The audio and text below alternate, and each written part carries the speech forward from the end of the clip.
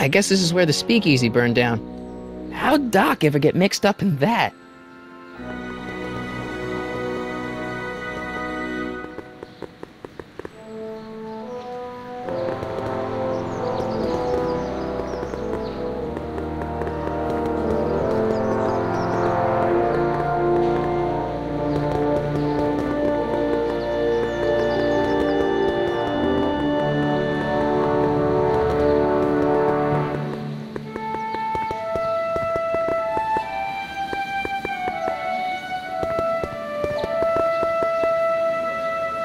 Where is the jail in 1931 anyway? Who are you and what do you want? Can I talk to, Carl Sagan? Are you his lawyer? No. Then scram!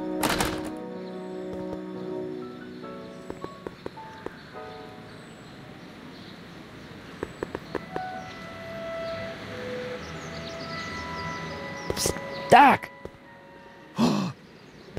Marty! Doc! What are you doing here? You sent for me, Doc. I did? When? May 14th, 1986. 1980? The automatic retrieval system. Of course. I'd almost forgotten about that. So what's our plan for getting you out of here? Plan? We don't need a plan.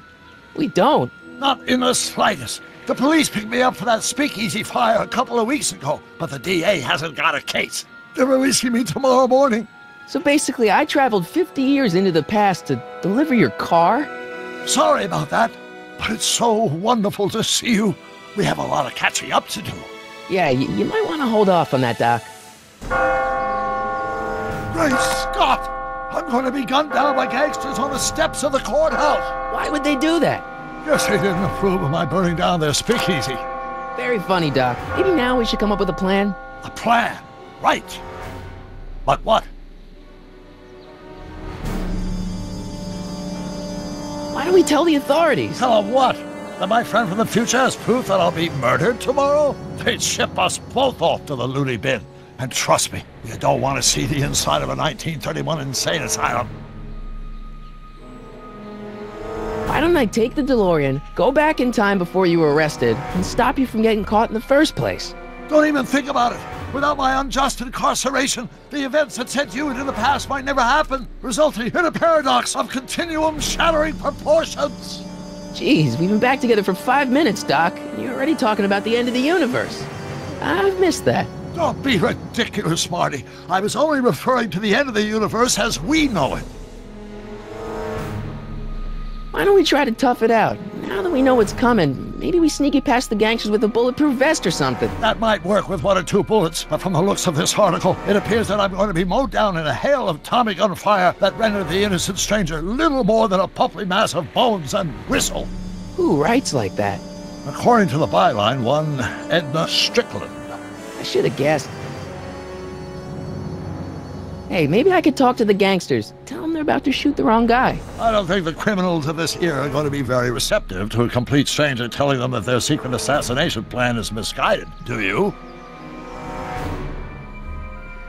Well, I suppose I could just get some dynamite and break you out of jail. No, that's far too dangerous. Not just to me, but to random innocent people in the past. The repercussions could be... That's it! What's it? My rocket-powered drill. You have a rocket-powered drill? Not yet. I haven't built it yet. You've lost me, Doc. Listen, a few months ago, my 17-year-old self sent in a patent application for a rocket-powered drill. I abandoned the project after I never heard back from the patent office, but the prototype should be nearly complete. Great, I'll just run back to your lab and... No, I said nearly complete.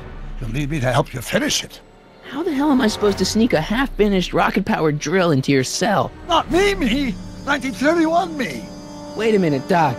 You want me to convince your 1931 self to build a rocket-powered drill to break you out of jail? Precisely! Won't talking to yourself cause, irreparable damage to the space-time continuum or something? It should be fine. I've already invented the idea of the rocket drill.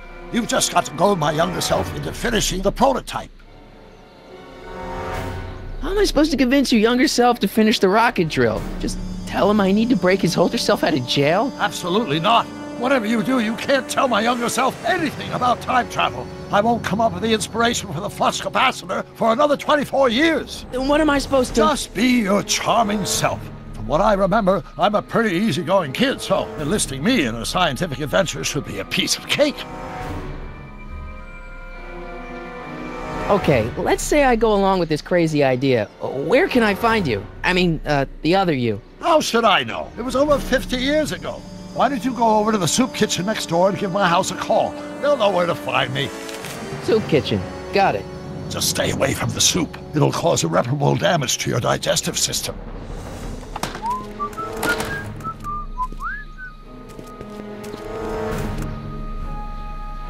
I guess I better get started. Don't worry, Doc. I'll get you out of here in no time. I'm not worried.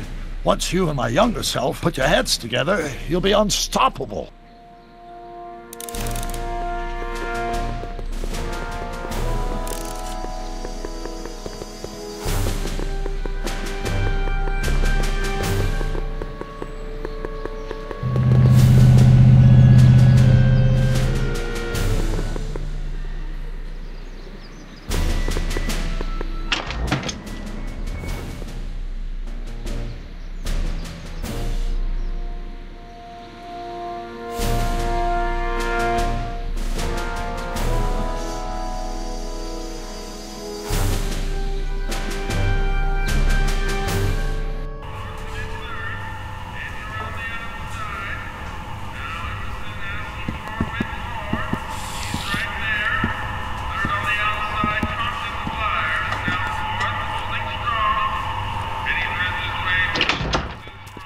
McFly? Biff? Kid! Grandpa? That's Mr. Tannen to you, Artie. What are you doing out here? Well, I was getting kind of hungry, so I figured I'd come down here for some free soup. Just thought I'd come down for some soup. Think, McFly. The DA's throwing around subpoenas like Babe Ruth. I don't think Ruth's a pitcher anymore. Shut it! If one of those subpoenas landed in the hands of my number cruncher, I'd be in a whole lot of trouble. I could even get sent up the river. You wouldn't want that, would you? Would you? No, of course not, kid. All right, that's better. What are you looking at, punk? Keep your eyes on the soup, kid. Well, what? what are you still doing here? Sorry, kid. I'll just run back to the safe house. You do that. And McFly, Yes? that hat's too flashy. You better let me hold on to it. Now scram! You got it, boss. And don't come out until I give you the all clear. I swear, if even one of you mooks could add 2 plus 2 without your fingers, I'd dump that wimp into the lake. Hey! Anyway, I'm off to make myself irresistible. Don't let anyone burn down the shop while I'm gone.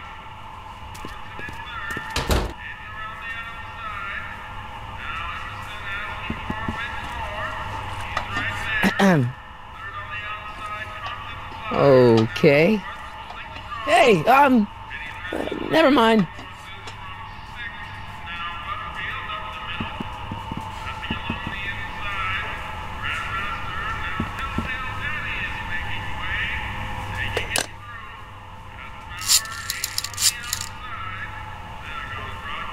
Brown residence? Hi. Do you know where I could find Emmett Brown?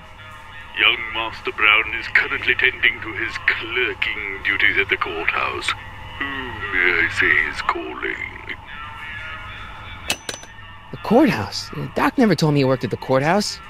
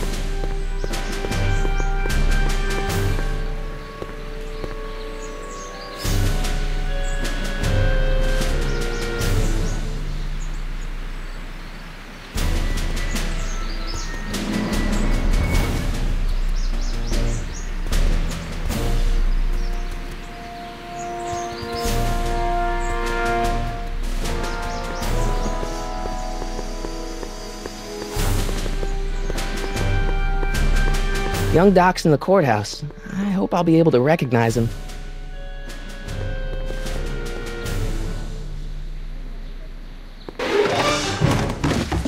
Don't touch those! These are very sensitive legal documents. Nobody is supposed to handle them but sworn officers of the court. Judge Brown says so. Judge Brown? Doc. Nice to meet you. I'm Michael, Corleone. Emmett Brown, but I am a law clerk, not a doctor. Now please get out of my way. I have important business to transact. Naturally, h2 of A multiplied by the inversion of H has to come out less than expectation value of A, right? No. What am I missing here? Or do we take H to stand for permitting line operator? But in that case, H to the A multiplied by the inverse. Listen, Emmett, you don't know me, but I'm your friend. I'm not big on friends. They get in the way of work. What's this important business you're up to? It's a legal matter, very complicated, very abstruse. I need to obtain 5 sets of initials on every copy of this writ of indemnification before before Judge Brown can even think of granting a waiver to the party in the first part. You have no idea what it's about, do you? That's how important it is.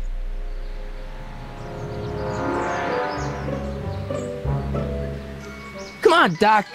Emmett, drop the Legal Eagle Act. I got something more important for you to do. Mr. Corleone, I'll have you know that the law is the very mortar that holds society together, and we in the legal profession are like brick masons building the edifice of the future. Your dad tell you that? Every morning. So, Emmett, what time are you through with work? Depends. On weeknights, Pop sometimes keeps me in the office till 9. 9 at night? But today's Saturday. Right. So I probably won't get off before 10. How about you knock off work early and I'll buy you a beer, or soda. What do you say? Don't try to tempt me from my duty with sugary beverages. Keeping the wheels of justice turning, that's my one passion in life. Besides, if I left before 8, my pop would kill me. Sounds like you're a little scared of your father. Scared of my father? Pop is the most learned, just, incorruptible judge that Hill Valley has ever seen. The only people scared of Judge Brown are people with a dark secret to hide. And I don't have a dark secret to hide.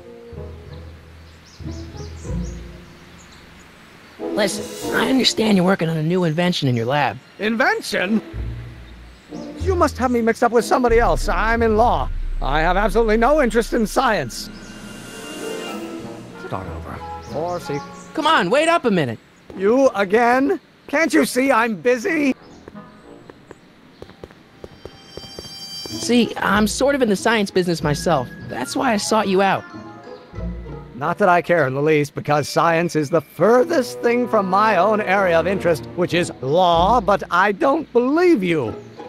It's true. I'm a scientist. So tell me something, Mr. Scientist, from your vast storehouse of scientific knowledge. The leg bone's connected to the thigh bone? Amazing. Okay, so you don't want your old man to know. That's fine. Listen, we all keep secrets. But I'm telling you, you can level with me about this science project of yours. I am not a scientist. Go ahead, ask me what E equals. What does E equal? I have absolutely no idea. See? I don't know where you got your information from about me, mister, but you're wrong. Equals with the speed of light.